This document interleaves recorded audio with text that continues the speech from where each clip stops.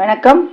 இது நம்ம கிச்சனில் நம்ம இன்றைக்கி என்ன பண்ண போகிறோம் அப்படின்னாக்க பருப்பு உசிலி பண்ண போகிறோம். கொத்தவரங்காய், அவரைக்காய், கேரட் மாரி எல்லா காயும் போட்டு கதம்ப காய்கறி போட்டு பண்ண போகிறோம்.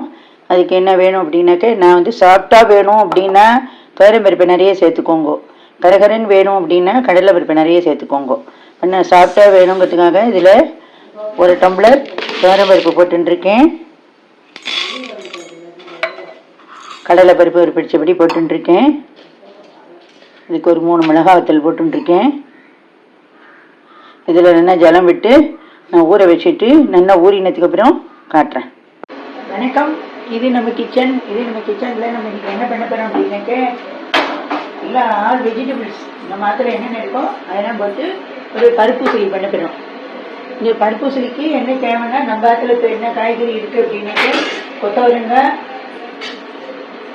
அவரைக்காய், கேரட், வெங்காயம் இது எல்லாம் இருக்கு. கொத்தவரங்காய் இருக்கு. நம்ம இது எல்லாத்தையும் வடிகட்டிக்கணும்.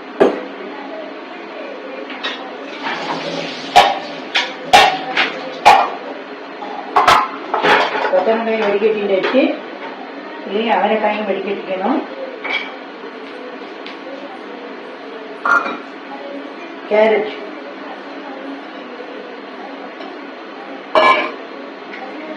இது மூணுத்தையும் வடிகட்டிட்டு நம்ம இதை ஆவியில் வேக வைக்க போகிறோம். இதுமாரி குக்கர் வச்சுட்டு அதே ஜலத்தை விட்டு இந்தமாரி ஒரு ஸ்டாண்டை பட்டுக்கோங்க. இந்தமாரி குக்கர் பாத்திரம் ஒன்று இருக்கும், இல்லை ஏதாவது வடிகட்டி இருக்கும், அதில் இதுமாரி ஆவியில் வேக வைக்கிறதுக்கு அதை யூஸ் பண்ணிக்கோங்க. இப்போ நான் அதில் எல்லா காயும் இப்படி போடுறேன். போட்டு நான் நல்லா ஒரு 3 விசில் வர அளவுக்கு ஸ்டீம் குக் பண்ண போறேன்.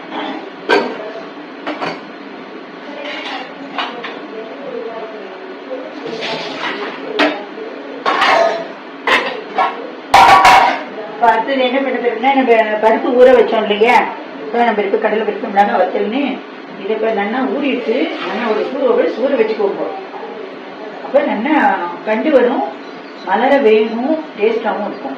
நல்லா வேக வைக்கணும். இல்லைன்னாலும் குறைஞ்சி 1 hour ஊற வைங்க.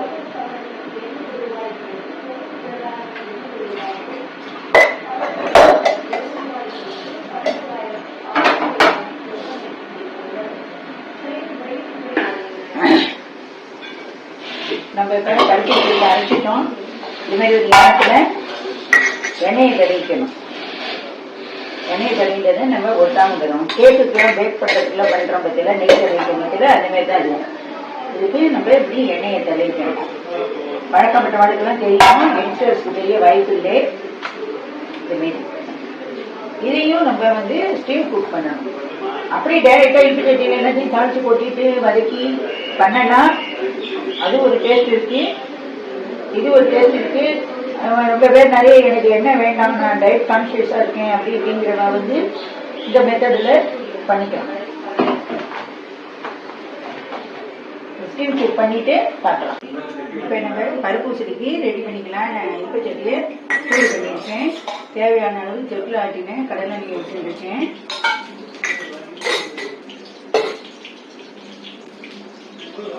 கடுகு போடுறேன். கடுகு தாளிக்கிறேன். கடுகு வடிக்க இறக்கிறது 2 உளுத்தம்பருப்பு போட்டுருக்கேன்.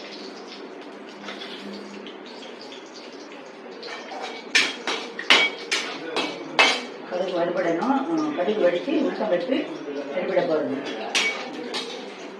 இந்த உசிலியை பருப்பு உசிலியை நீங்கள் வெறும்னா கூட சாப்பிடலாம், சாதத்தில் போட்டு பிசைஞ்சு சாப்பிடலாம், தொட்டுக்கலாம்.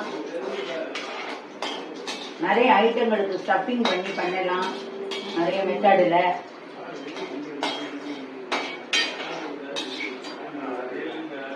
இப்போ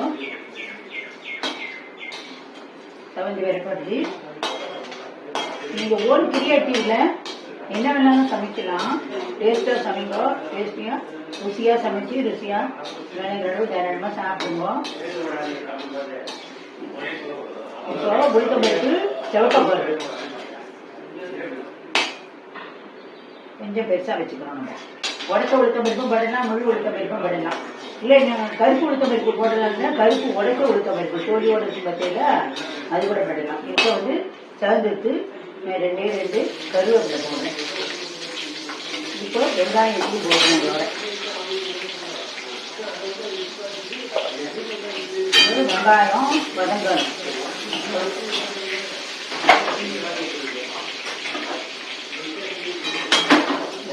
வெங்காயம் மாரி கோல்டன் ப்ரௌன் கலர் வர அளவுக்கு நல்லா வதங்கணும். அதுக்குள்ள நம்ம என்ன பண்ணுவோம்னா இது வெஞ்சு வரத்துக்குள்ள நம்ம அதை எடுத்து வச்சிருந்தோம் இல்லையா, பருப்பு ஊற்றி வெஞ்சது ஸ்டீம் குக் பண்ணது, இதை வந்து மிக்சியில் ஒரு 2 ட்ரிப்பாக போட்டு ஒரு பவுடராக பண்ணிக்கிறேன். பவுடர் பண்ணிட்டு எப்படி வருதுன்னு காட்டுறேன்.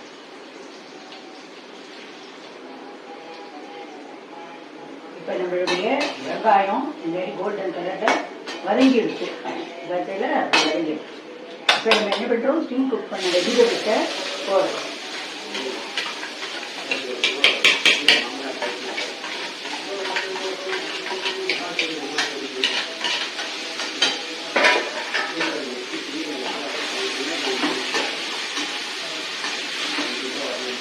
நல்லா இது ஒரு கலரி ஒரு 5 நிமிஷம் நல்லா வதங்கணும். இந்த காய்க்கு தேவையான உப்பை போட்டுக்கிறோம்.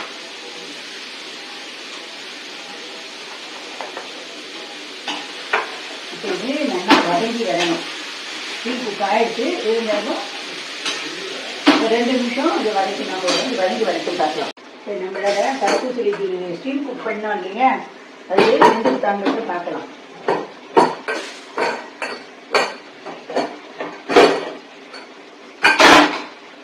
நல்லா ஜம்முன்னு வச்சு கையில் ஒட்டாம விடணும்.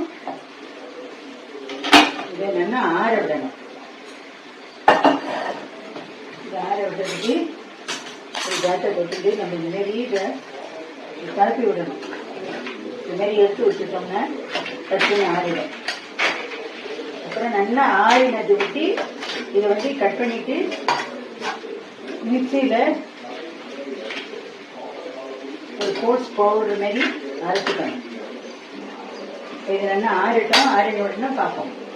இப்போ நம்மளோட தர்பூசணியோட காயெல்லாம் நல்லா இப்படி வதங்கிடுச்சு.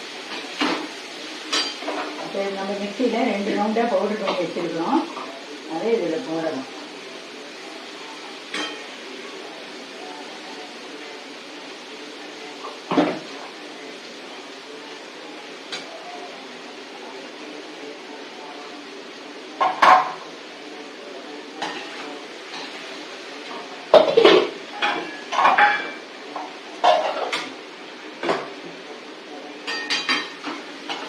நல்ல ரிச் ப்ரோட்டீன் உள்ள ஃபுட்டு.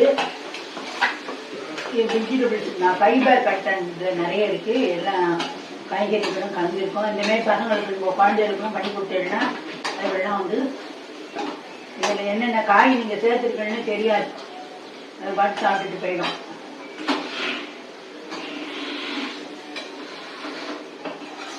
பார்த்தீங்களா, இந்த மாரி பண்ணணும். இப்போ நிறைய எண்ணெயெல்லாம் அவசியம் கிடையாது, மெஷின் குக் பண்ணி போகும். அவ்வளோதான்.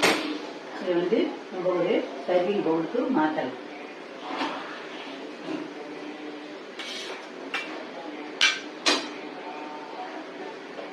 நீங்களும் இதேமாதிரி பண்ணி பாருங்க. நன்றி, வணக்கம்.